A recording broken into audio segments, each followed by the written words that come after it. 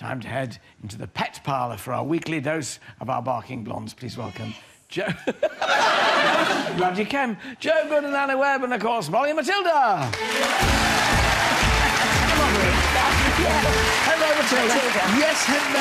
Hello, dear. Oh, gosh, lovely to see you. Oh. Joe, what a week for pets. What a week, and very sad week, really. We've been filled with images of people being affected by the floods, property, businesses, homes and families.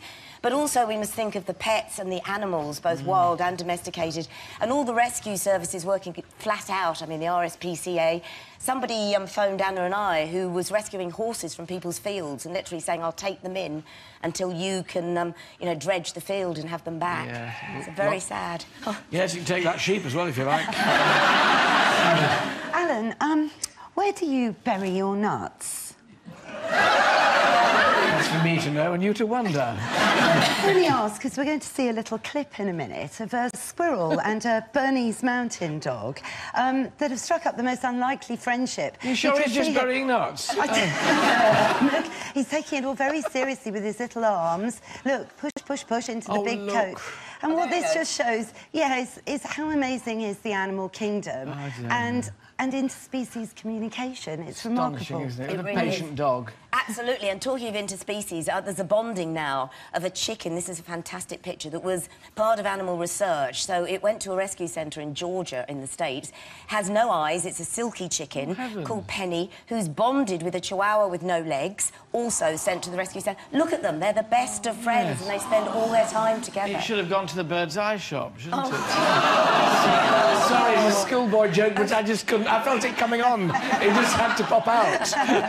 Alan, you know we love a big cat on this show. We've had one or two. We have. Well, we're going to see a picture in a minute of a cat called Pickle who lives in Boston. That's not a cat, it's a horse. It's a Catosaurus rex, I think. He's 3 feet long and he weighs 10 kilos. Gracious me. Yes. What can you say? Well, very little, except don't give it quite so much food. Talking of food... Yes, absolutely. We've got... Well, it's, you know, it's the award season, really. So we've got the BAFTAs and the Oscars. Sunday night, interminable. Sorry, I shouldn't have said that. Oops. Well, it wasn't it? Whatever. A bit long. Yes. Anyway, so this is popcorn for the dogs. It's from Billy and Margot. Oh. And you can see how much Matilda Oh, hello, loves Matilda. it. Food was mentioned. Matilda's in. Would you like to give Matilda some, Ellen? You know how much... I'd love to. Matilda, yes. Matilda, here you are, dear. There we are. Have some popcorn. There. Blimey, damn your hand off. There. Look. There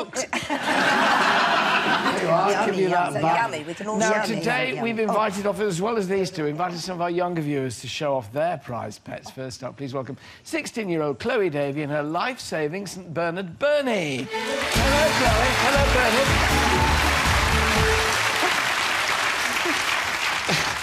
This dog is blessed with the most copious amounts of saliva of any dog I've ever seen. So tell us what Bernie did.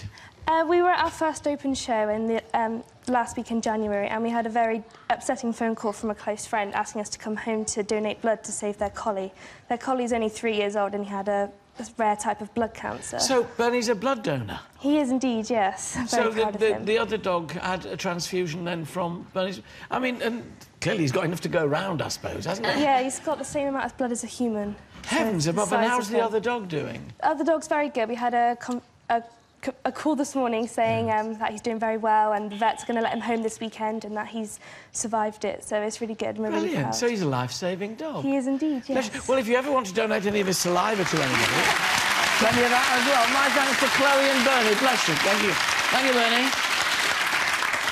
Now time to meet Britain's youngest shepherd. Please welcome 3-year-old Arthur Jones, his favourite sheep, Twinkle, and his grandmother, Nicky Jessie.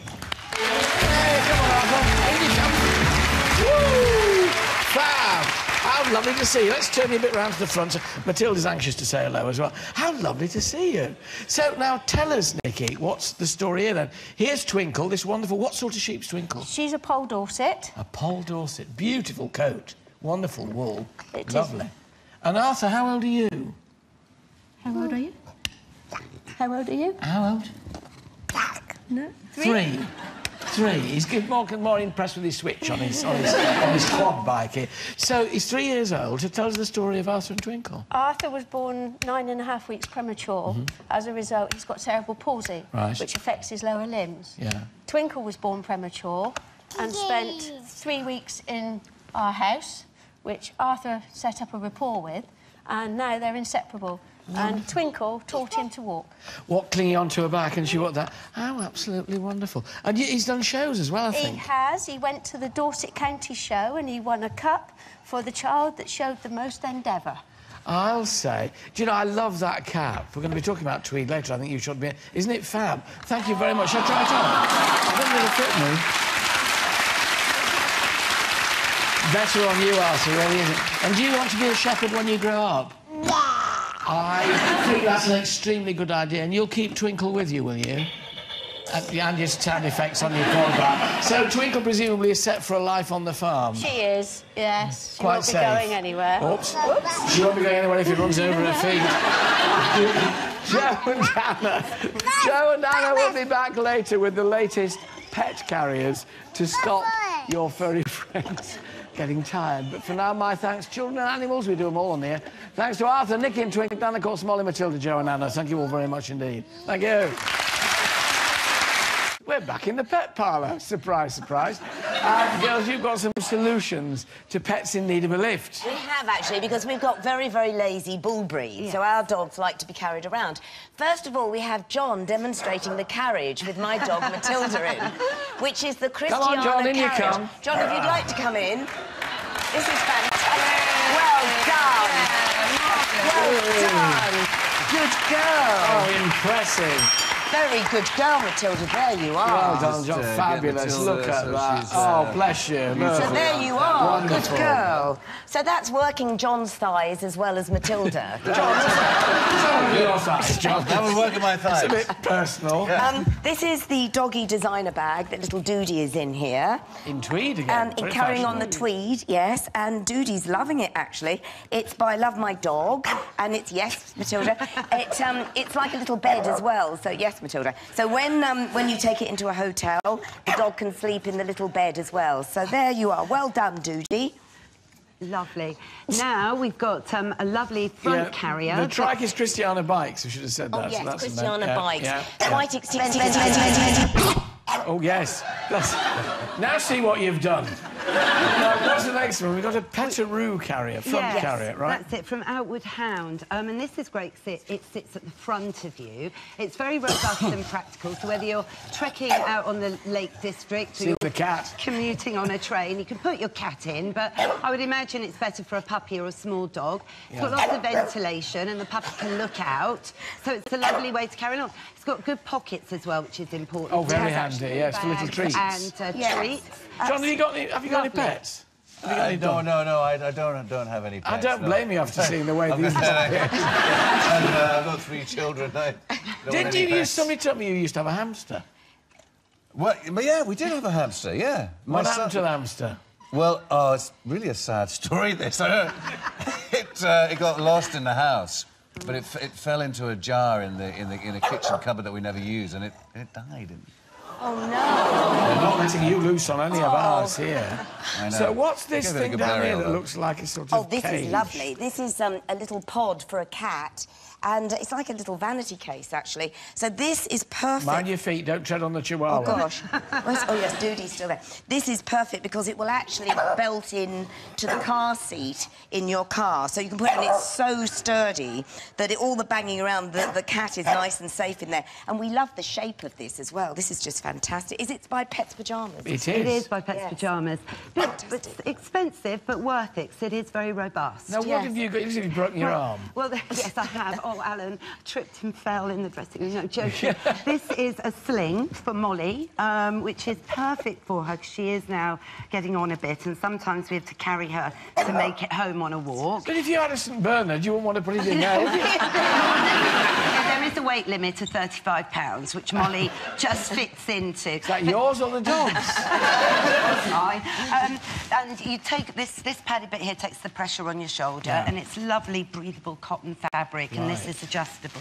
So Wonderful. Molly's liking being in her sleep. I love that. Now, you've still got to give them regular exercise, haven't you? You can't just carry dogs everywhere. Of course. But Stop it, Matilda. Sometimes you see them in prams and things, and I think this is a good alternative. I love the slings. It's a great idea. it is. I don't know if Matilda's too fond of the chariot. I just feel I've totally lost control of this.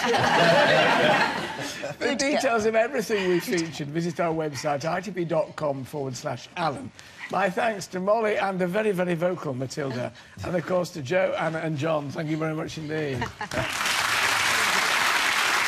Oh, dearie. Now, earlier we debated whether UFOs really exist. So just before we see what our audience thinks, let's see what you guys at home have to say. Amanda Wolven says, just because you can't see aliens doesn't mean they're not real. I've seen distant objects, she said, that move at great speed and even change direction. It was probably Molly and Matilda. Thank you, Matilda. And no, Sophie Telly thinks there's no such thing as alien UFOs, and Mark's 30 years of experience of studying the sky speaks for itself, because if he says there aren't... It's interesting, though, isn't it? I've not seen them. Girls, what do you think? Do you believe in UFOs? I'd like to. I would like to. I once saw a light over Brighton and Hove, but they said it was the football team playing in floodlights. You know what amazes me? We have the miracle of the universe, this extraordinary miracle, and that's what we should be interested in, not things that we want to see but don't really exist.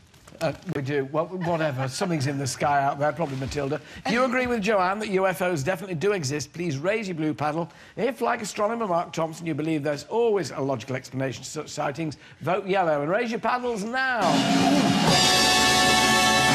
Oh, you non-believers. They mainly think that they're with Mark. There's some explanation for it.